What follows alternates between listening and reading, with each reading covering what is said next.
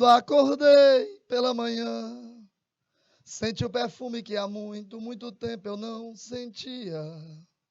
Olhei depressa ao meu redor e apalpei o seu lugar em nossa cama tão vazia. Eu que cheguei de um sonho bom, chorei ao ver tudo acabado, tanto amor, tanta doçura. Mas o perfume era real e acreditei estar ali, sua presença de ternura. E de repente vi. E é porque hoje nem é sexta ainda. Vamos se acalmar, que ainda não é sexta, se acalma, que amanhã é que o negócio pode pegar fogo. Mas hoje não, porque hoje nós vamos falar de um conteúdo bacana, de um conteúdo que, para nós, é uma satisfação muito grande trabalhar desse conteúdo aqui de astrobiologia, que trata do quê, professor? Exatamente.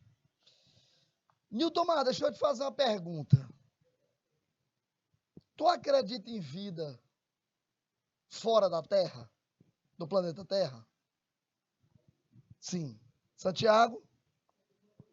Acredita em vida fora da Terra? Não acredita. Certo. Muito bem. Eu não acredito. Eu tenho certeza. Sabe por quê? Se você parar para analisar apenas um cromossomo do ser humano, não é? Um só cromossomo, ele tem aproximadamente 4.000 livros escritos em um cromossomo. Se você parar para observar o menor micro-organismo, tirando os vírus, como, por exemplo, os PPLO, organismos que causam doenças, principalmente pulmonares. Se você parar para analisar que toda a nossa programação genética já está pronta, seja você quem quer que você seja, do mais humilde em conhecimento até o mais, vamos dizer, o mais importante em todo esse aspecto. Você vai ver que aí obrigatoriamente tem aí a mão de Deus. Eu não tenho dúvida nenhuma. Ora, mas você acreditar que isso foi ao acaso, nós acabamos chegando a uma conclusão óbvia de que, sem dúvida alguma, tem a mão de Deus nisso. Alguém, não é, bem muito mais superior, a quem eu não tenho nenhuma pretensão de entender, porque sou muito simples, eu nem sei onde estou nessa história toda. E você acreditar que um universo como o que nós temos, que nós vivemos, como forma de vida nós temos apenas no planeta Terra, é compreender de maneira muito pequena, né? Entender de maneira muito pequena. Agora a pergunta é, Newton, temos prova? Não, não temos. E nós vamos trabalhar esse assunto hoje. Eu sugiro que você não saia daí. Tá bom? Então tá aí, vamos lá. Debater sobre a existência de seres vivos em outros planetas, as principais características destes seres vivos, suas origens e evolução, para formular hipóteses sobre o futuro da vida no universo. Beleza? Vamos lá então, começando aqui sobre como é que a gente vai tratar sobre isso na nossa aula de hoje. Primeiro, por onde começar? É o primeiro ponto. Eu preciso pelo menos saber por onde começar. Então, o primeiro ponto é esse daí. Tá? Eu preciso saber sobre isso. Por que o interesse? O que é vida? O que você considera como sendo vida? Vamos falar sobre considerações cosmológicas, habitabilidade planetária e extremófilos, busca de vida fora da Terra, conclusões. Tudo isso é o que a gente vai tratar na nossa aula de hoje, a começar daqui. Por onde começar? Beleza? Então vamos lá. A vida foi criada, ó a pergunta, a vida foi criada por acaso ou, uma vez que o universo existe, ela teria mesmo que aparecer? Hã? É uma pergunta interessante, não é? Você já parou para pensar que o que move o mundo não são as respostas e sim as perguntas? Já pararam?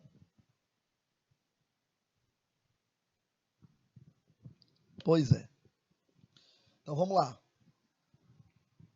A vida é formada e se desenvolve a partir de processos locais?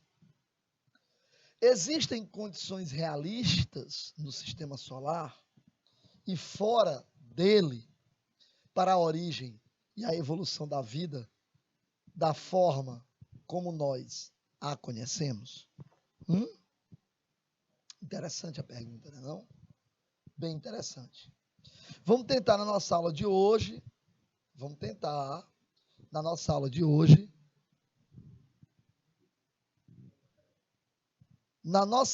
gente vai ver o que é possível tratar disso, né? Deixa eu mandar aqui meu boa noite para minha querida Karine Magalhães. Mandar também aqui um abraço, né, para alguns polos que já estão conectados conosco, não é? Por exemplo, Cajazeiras, Dom Inocêncio, Monte Alegre, São Pedro do Piauí, Newton Macé, Duque, PI 6, Palmeiras, certo, beleza, pronto. Palmeira do Piauí, não é isso? Palmeira do Piauí, pronto. Muito bem. Então, um abraço para todos vocês, sejam bem-vindos. Vamos participar, vamos ver o que é que a gente pode discutir aqui na nossa aula de hoje, tratando sobre astrobiologia. Bom, questões fundamentais para a astrobiologia. Como a vida foi formada e evoluiu? Existe vida em outros lugares do universo? Qual deve ser o futuro da vida na Terra e além dela? Pessoal, o nosso sistema solar, eu vou mostrar para vocês, na nossa aula de hoje, o nosso sistema solar ele é formado aí, composto por 10 planetas. Não, professor, são 9, mas aí nós temos o planeta Ceres, né, que foi descoberto depois. Tá bom? Então, nós temos aí uma totalidade aí de mais ou menos 10 planetas. No nosso, pelo menos conhecidos. Agora, nós temos também, além disso, outros pontos importantes, tá? Manda um boa noite para Pedro Laurentino, cidade de Pedro Laurentino, é a Chaguinha Pereira. Um abraço, Chaguinha. Boa noite aí para a galera de Pedro Laurentino, sejam bem-vindos. Tá bom? Sejam bem-vindos. Bom, então vamos lá. Gente, nos lugares, porque veja, tudo começa a partir do entendimento de como a gente vê a vida. Por exemplo, se a gente vê a vida, nós vamos lembrar aqui, nós vamos entender a vida aqui como sendo a vida que nós conhecemos aqui. Ora, nós precisamos de carbono, hidrogênio, oxigênio, nitrogênio. Nós precisamos de um planeta que contenha água no estado líquido, não pode ser quente demais nem frio demais. Se nós pensarmos em vida desta forma, realmente a nossa visão se torna extremamente limitada no que diz respeito de entendermos que possa existir vida em outros lugares. Se nós entendermos desta forma. Porém, se a gente entender que a vida pode surgir de outras formas, em outras condições, aí a coisa muda de figura. Que é exatamente o que nós vamos trabalhar a partir de agora. Então vamos lá. Sistema com interação complexa e diversifica com o ambiente. Ou seja, a formação dos seres vivos, de um modo geral, estava aqui, ó. Eu estou começando a responder aqui, ó. Tá? Se nós começarmos a analisar as coisas dessa forma, nós vamos entender um ponto importante. Sistema em desequilíbrio termodinâmico. Um ponto importante. Existência de um mecanismo de memória e leitura. Grande conteúdo de informação. Acabei de citar para vocês, e o que eu estou dizendo aqui, eu não estou dizendo de Técio, não. Estou dizendo de uma das mentes mais privilegiadas que esse mundo já teve e que o Brasil certamente teve a enorme satisfação de tê-lo como brasileiro. Dr. Enéas Carneiro, né, que nos deixou, infelizmente. Mas em 1999, vocês lembram que o Enéas, ele era, se vocês não tiveram a oportunidade de conhecer, porque provavelmente seriam pessoas um pouco mais novas, dá uma olhadinha aí, tá? O doutor Enéas era cardiologista, né? Uma das mentes mais, professor de física, de química, de biologia, de matemática, uma das mentes mais privilegiadas desse Brasil, do mundo. Cara muito bom, né? E se a gente começar a entender as coisas dessa forma, em 1999, o doutor Enéas falou exatamente isso. Ou seja, nós temos um grande volume de informações,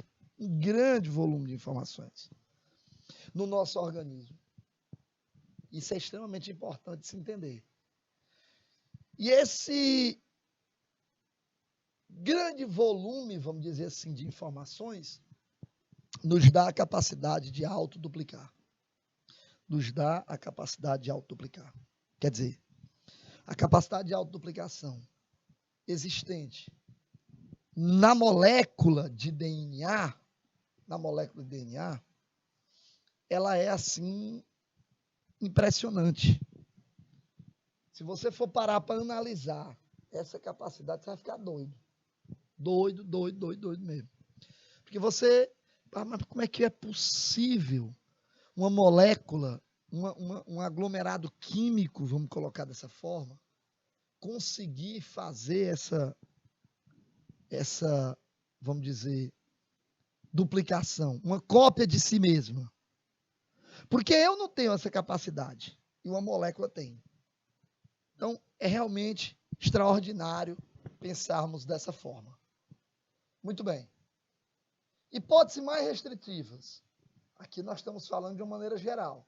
Aqui de hipóteses mais restritivas. Que tipo de sistema complexos? Cristais, líquidos, plasmas, né? Sistemas químicos baseados em... Bom, hoje a gente sabe que basicamente carbono, né? Hidrogênio, oxigênio, nitrogênio. Aí a gente pode botar o fósforo e o enxofre. Né? Muito bem. O meio líquido é necessário? Opa, que pergunta interessante é essa. Olha que pergunta interessante. O meio líquido é necessário? Sim ou não? Por quê? Porque nós reputamos como imprescindível a necessidade da água para que tudo possa acontecer. Eu sei disso, você sabe disso. Quer dizer, a gente parte da seguinte situação: sem água não é possível. Ponto, acabou. Sem água não é possível. Beleza? A gente começa logo por aí. A existência de uma interface ou interface sólido-líquido é necessária? Se o líquido é necessário, por que tem que ser a água? Por que não pode ser um outro líquido que não a água? Hã? Por que tem que ser um outro líquido? Por que não pode ser um outro líquido? Por que tem que ser a água? Me diga. Então, aí são pontos que a gente precisa responder. Você está vendo que a gente tem muito mais perguntas do que respostas, concorda comigo? E o mundo como eu disse a vocês, ele é movido não por respostas, mas ele é movido por perguntas. e não por respostas. Tá certo? Então, se a gente começar a entender as coisas por esse ângulo, fica melhor, muito melhor, né? Para nós, sem dúvida nenhuma. Então, ficou bacana para você poder entender aí? Acredito que sim. Vamos lá, vamos continuar, tá? Vamos ver aqui. Considerações astronômicas. Considerações astronômicas. A taxa de expansão do universo é importante? Taxa de expansão do universo. Ela é importante? Sim ou não? Aí, os valores das constantes físicas não podem variar quase nada se quisermos criar sistemas bioquímicos complexos. E eu te pergunto, nas condições em que nós tínhamos a Terra primitiva, não é? As constantes físicas variavam e variavam muito. Eu te pergunto, como é que conseguimos chegar até aqui então? Isso é bem interessante. Olha as perguntas aí. Olha as colocações. Os elementos químicos necessários para a formação da vida já estavam disponíveis quando o universo tinha somente 200 bilhões de anos de idade. A Terra tem 4,5 bilhões de anos. 4,5 bilhões de anos. Quer dizer, em 200 milhões de anos após a criação da Terra, os elementos necessários para a vida já existiam. Em 200 milhões de anos, já existiam esses elementos. Olha só isso. 200 milhões de anos de idade na Terra. Olha que coisa interessante. Se você levar em consideração a idade das estrelas, ela tem aproximadamente a idade do Sol. Não é?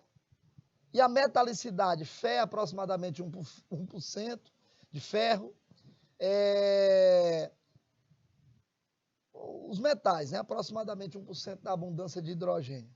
1% só, aproximadamente, de ferro. É 1% mais ou menos da abundância do hidrogênio. A ausência de eventos catastróficos, por exemplo, uma supernova, uma zona habitável, aproximadamente 10% das estrelas da galáxia, para a criação de situações como essas. Gente, é um negócio que muitas vezes você fica se perguntando como é que realmente surgiu a vida. Porque são muitos pontos que a gente às vezes fica se perguntando se foi realmente o acaso que fez surgir tudo isso. Realmente não dá para a gente entender. O que a gente assiste de filme é um negócio impressionante. E o filme, ele serve para quê? Para atiçar a curiosidade da gente, né? Eu assisti outro dia um filme chamado A Caverna. Não sei se o Newton Mar assistiu, se o Santiago assistiu. O filme chamado A Caverna, que é o cara que encontra uma caverna, né? Ele sai procurando aí uma pessoa e acaba seguindo alguns passos e encontra essa caverna onde lá o tempo parece não passar, né? É assim, quando você está dentro da caverna, o tempo aqui fora passa mais rápido para você. É muito legal o filme, gente. Muito bacana. É interessante, inclusive, que você assista.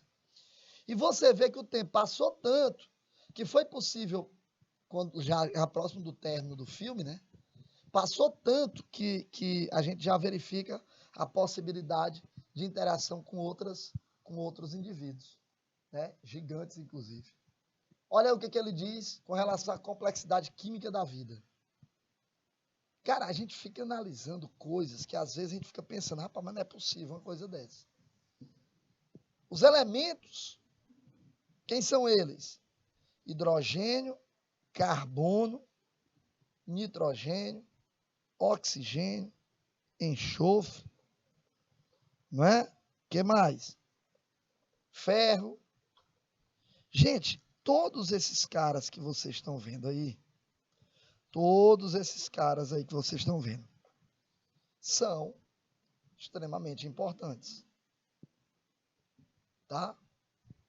Isso, juntamente com o fósforo, formam biomonômeros, olha isso, considerados os tijolos da vida, os aminoácidos, os açúcares, os nucleotídeos. O que é um nucleotídeo, professor?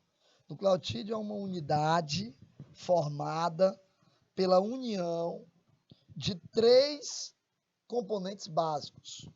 Um açúcar, é a pentose, um fosfato e as bases nitrogenadas, que no caso do DNA são adenina, timina, guanina e citosina. É isso.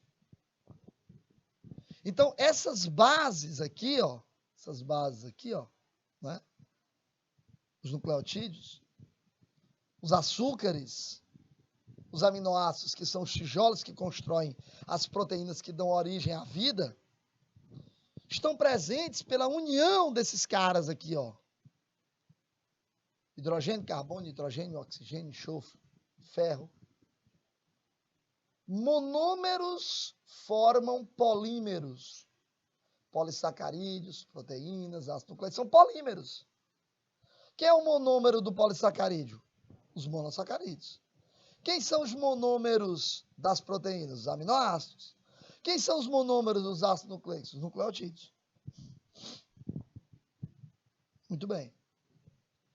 Uma quarta classe de elemento básico aí inclui o quê? Elementos polares e não polares. Nós temos aí lipídio, por exemplo, que não se liga com a água, é um elemento hidrofóbico. Mas se ele não se liga com a água, mas a água tem que estar presente. Como é isso? Hã? Não é interessante? Vamos lá. Olha aí o que a gente chama de zona habitável. Zona habitável. Habitable zone. Tá aí, ó, principal requisito. Água no estado líquido. Aqui, como nós conhecemos vida, não dá para abrir mão disso aqui, não. Ó. Da forma como nós, vou dizer de novo, da forma como nós conhecemos a vida. Como nós conhecemos a vida. Beleza? Então, nós temos aqui o seguinte. Ó. A Terra é essa aqui, ó. Está bem no meizinho da chamada zona habitável. Essa aqui, ó. Que é a Terra.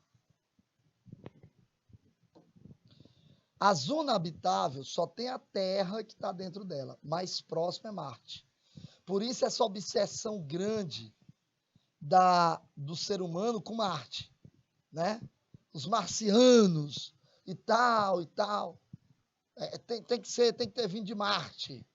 É um ET, um extraterrestre, veio de Marte. Por quê? Porque Marte é um planeta que está próximo, segundo a vida como nós a conhecemos, da chamada zona habitável. É só por isso. Por essa razão. Não é que Marte seja o melhor planeta do mundo. É porque as condições para se formar a vida como nós a conhecemos está presente mais adequadamente ali em Marte. E um pouco depois em Vênus, que também está próximo da zona habitável. Tá? Então, quanto mais você se aproxima do Sol, mais quente se torna o planeta e mais incompatível com a vida ele se torna, porque dificulta a existência de água no estado líquido. Quanto mais afastado do Sol, mais frio esse planeta se torna e, portanto, também mais difícil é de existir vida, como nós a conhecemos, uma vez que essa água se encontra no estado sólido. Passando. Então, Vamos lá. Siga a água, siga a energia. Vamos entender isso aqui. Vínculo fundamental na habitabilidade. Isso aqui era para estar ali embaixo, ó. Item 2.2. Disponibilidade de energia torna possível a reprodução de estados químicos de baixíssima probabilidade. Ora, mas disponibilidade de energia é o quê? Disponibilidade de energia agora. Como nós tínhamos essa energia naquela época? Como é que era a energia naquela época? No início da vida? Me diga aí como era. Obviamente não era energia elétrica, né, gente? Claro.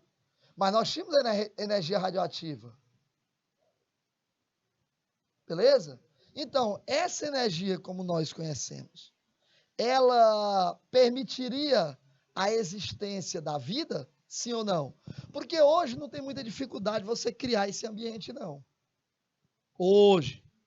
Mas e naquela época era possível? Item 2.3. Identificação de biotraçadores pode ser muito mais eficiente. Vida é moldada e molda o meio ambiente. Quer dizer, à medida que as coisas vão acontecendo, você consegue, através dos chamados biotraçadores, chegar a essa conclusão. Tá, mas nós estamos falando aqui de quê? Água e energia. Agora vamos falar de possibilidades não inteligentes. Porque sempre que a gente fala de vida, a gente sempre coloca que as formas de vida em outros lugares, elas são bem mais inteligentes. Não é? Bom, então vamos lá. Busca de biotraçadores no sistema solar. Eu posso encontrar, professor, de alguma forma, né? Eu posso encontrar algum rastro, eu posso encontrar a existência de alguma coisa que possa gerar vida? Posso. Eu posso encontrar, por exemplo, alguns componentes químicos, elementos químicos essenciais à vida. Tá, mas nós só temos capacidade de trabalharmos, não é? A busca de planetas do nosso sistema solar, e olhe lá. E se nós resolvermos trabalhar a busca dos temas de planetas no sistema solar, fora do sistema solar, será que nós não encontraríamos? Busca de biotraçadores em planetas extrasolares. Olha isso aqui. Planetas extrasolares. Inteligência. Busca de sinais não naturais, vindos de outro local do universo. Pessoal, existem várias e várias situações onde você verifica isso que eu vou dizer aqui agora. É fácil de você encontrar. Depois vocês dão uma olhada com calma. O período em que mais se verificou visitas, entre aspas, de objetos voadores não identificados no planeta Terra foi justamente no período da Guerra Fria, onde nós tínhamos problemas relacionados a questões nucleares. Coincidência? Ou nada disso existiu? Boa pergunta, né? Exploração de Marte desde setembro. Vamos lá. NASA, principais. A Mars Rover, a Spirit, a Opportunity, tudo em 2003. A Mars Observer, a Global Surveyor e a Pathfinder, 92, 96 e 97. A Viking, a Mariner, nos anos 60 e 70. Isso, Estados Unidos. Se você for para a União Soviética, na época, né? A Zonde, a Sputnik, a Mars, a Cosmos, a Phobos, anos 60 a 80. E essa, Mars Express, a Beagle, a Rosetta, isso nos anos 2000. Ou seja, gente, não foi por falta de enviar, de jeito nenhum, vamos dizer, sondas espaciais que nós vamos ficar sem ter sinais, não é? Sem ter comprovação. Não é por isso. Excesso de sal pode ter impedido a água em Marte de congelar-se facilmente. Há uma teoria de que a água que nós encontramos no estado líquido lá não é congelada porque ela tem excesso de sais.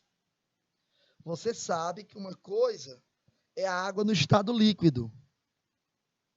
A água no estado líquido, a água no estado líquido, ela está ali, aproximadamente, ela vai congelar a 0 grau. Mas se tu pega e mistura com sais, ela não vai mais congelar a 0 grau, gente. Ela não vai mais congelar a 0 grau. Beleza? A temperatura de congelamento dela é bem inferior a isso. Dados dos Gypsy Spirit e Opportunity, combinados com dados das sondas Viking 1 e a Pathfinder, indicam a presença dos mesmos 9 elementos em rochas, em 4 regiões diferentes de Marte. Enxofre, ferro, silício, magnésio, né? Cálcio, cloro, sódio, potássio, alumínio. Interações químicas com esses elementos fazem a água congelar a temperaturas muito inferiores a 0 grau, como eu falei para vocês. Uma coisa é 0 grau, mas é a água pura. Ela congela a 0 grau, né? Se você trata de água com temperaturas abaixo disso, para congelar, porque ela deve ter alguma coisa diluída nela, né? Dissolvida nela. Bom, olha esse negócio interessante que eu coloquei para vocês. Essa imagenzinha é legal, né? Nós temos aí a forma de rotação dos planetas de um modo geral. Olha isso. 353 planetas, 274 sistemas planetários, 33 sistemas com múltiplos planetas. Olha isso. Aí nós temos os do sistema solar, né? Mercúrio, Vênus, Terra, Marte, Ceres, Júpiter, Saturno, Urano, Netuno e Plutão. Os 10 que eu tinha falado para vocês, né? Os 10 que eu tinha falado para vocês. Por exemplo, o mais novo foi descoberto foi o Ceres, né? Ele, um dia lá, demoraria 9 horas e 4 minutos para nós aqui. Certo? O mais próximo, para que nós tenhamos vida, seria Marte, que um dia lá duraria 24 horas e 36 minutos para nós aqui. Tá? Seria Marte. Por isso essa obsessão sobre Marte. Né? Por isso essa obsessão. Se nós pegarmos, por exemplo, Plutão, um dia lá em Plutão demoraria para nós aqui 6 dias, 9 horas e 18 minutos. Tá? Lá em Plutão. Por isso a gente fica tão impressionado aqui, ó, com Marte, ó, porque é o mais próximo da Terra. Não só em distância, como também você tem o mais próximo naquela região que a gente chama de zona habitável, né? Região habitável. E também pelo fato das características serem muito próximas da Terra. Por isso a história de vida em Marte, ela ser tão antiga no cinema. Tá? Ser tão antiga no cinema. Beleza, galera? Não tá legal isso daí? Professor, em Mercúrio, quanto duraria um dia? Em Mercúrio, um dia duraria 58 dias e 16 horas. Em Mercúrio. Um dia aqui para nós duraria lá, não é? 58 dias e 16 horas. Isso é baseado em quê? No tempo em que o planeta dá uma volta em torno do seu próprio eixo, que é o chamado movimento de rotação. Movimento de rotação, que para nós dura 23 horas, 56 minutos e alguns segundos, que a gente arredonda para 24 horas e não são 24 horas por essa razão. A cada 4 anos nós temos um ano bissexto, não é? É exatamente isso que eu estou colocando. Muito bem. Buscando comunicações. Gente, o que nunca nos faltou, nunca, foi buscar comunicações. Nós temos aí, não é? Uma quantidade enorme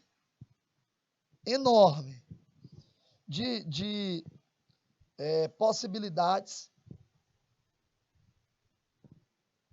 de tentativas de comunicar-se com outras formas de vida, outras tecnologias fora da Terra.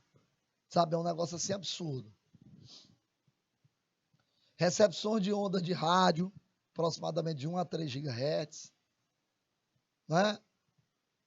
A Terra vem emitindo em radiofrequência durante a maior parte do século XX. Emitindo. Por que a gente emite esses sinais, hein, professor?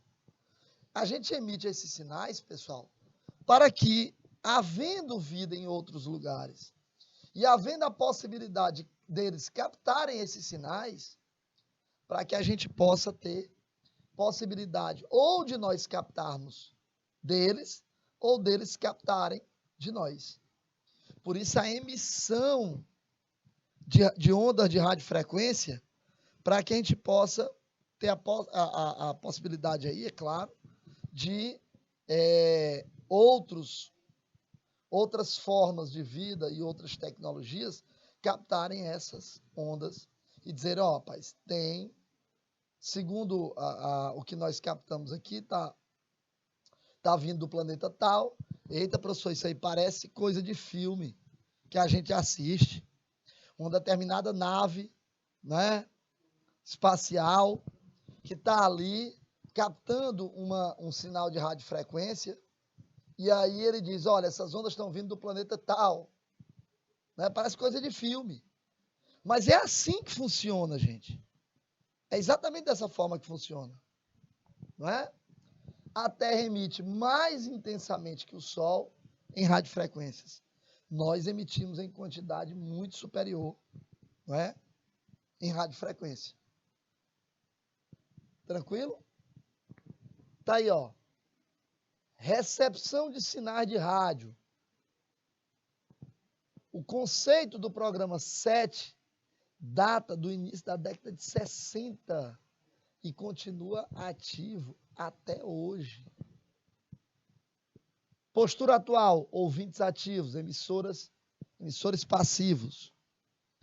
A gente pode emitir onda para o meio, sem dúvida, que podemos, para o espaço, como a gente vem fazendo, como eu coloquei, desde a década de 60, né? E, é claro, poder ter possibilidade de captar essas informações também do espaço, porque nós também temos tecnologia para isso. Nós temos tecnologia para isso, gente. Claro. É óbvio, né? Essa tecnologia está aí. À medida que o tempo vai avançando, a gente vai melhorando essa tecnologia. E isso vai nos fazendo conseguir com que novas tecnologias aí surgindo nos dê a possibilidade de captar essas informações. Beleza? Passando. Tecnologicamente, é possível detectar sinais equivalentes à potência de quê? Vamos lá. Emissora de TV, né? Um radar planetário semelhante ao de Arecibo a 3.000 anos-luz. AL quer dizer anos-luz, tá, gente? Isso aqui, ó. Aqui, ó. 3.000 anos-luz. Um emissor de TV a 1 ano-luz. Você perguntar, professor, o que é 1 ano-luz? O que é que isso significa? 1 ano-luz, pessoal, significa o a distância percorrida pela luz num tempo de 1 ano. Isso é 1 ano-luz. É muito tempo. Pega a velocidade da luz e faça com que ela percorra por 1 ano. Terminou 1 ano, agora você vai medir para ver quanto é que dá. Meu amigo, baixa sensibilidade dos instrumentos atuais impede qualquer conclusão séria sobre o assunto. Por quê, hein, professor? Porque, infelizmente, por mais que você tenha tecnologias avançadas, nós ainda temos, vamos dizer, tecnologia com uma sensibilidade ainda muito baixa. É necessário, portanto, se fazer uma melhoria, né? Desde a década de 60. A partir de 99 projetos científicos, nenhum deles conseguiu fazer essa sensível melhora, né? Beleza? Os elementos e condições básicas para a formação da vida, como a conhecemos, estão espalhados pelo universo. Não. Então, isso significa que pode surgir outros seres vivos. Se é que já não tem, que é o que acreditamos. Existe vida em condições extremas na Terra, e se existe em condições extremas na Terra, pode existir também em condições extremas em outro lugar, semelhantes às da Terra. Foram encontrados até hoje 353 planetas extrasolares desde 1995. Tá? E o primeiro de tamanho compatível com a Terra em 2005. Ou seja, a busca de sinais extraterrestres inteligentes ainda não apresentou, depois de mais de 40 anos, nenhum resultado positivo confirmado. Ainda. Volta para mim? Nós vamos para o intervalo, 3 minutos, e eu volto. Até já.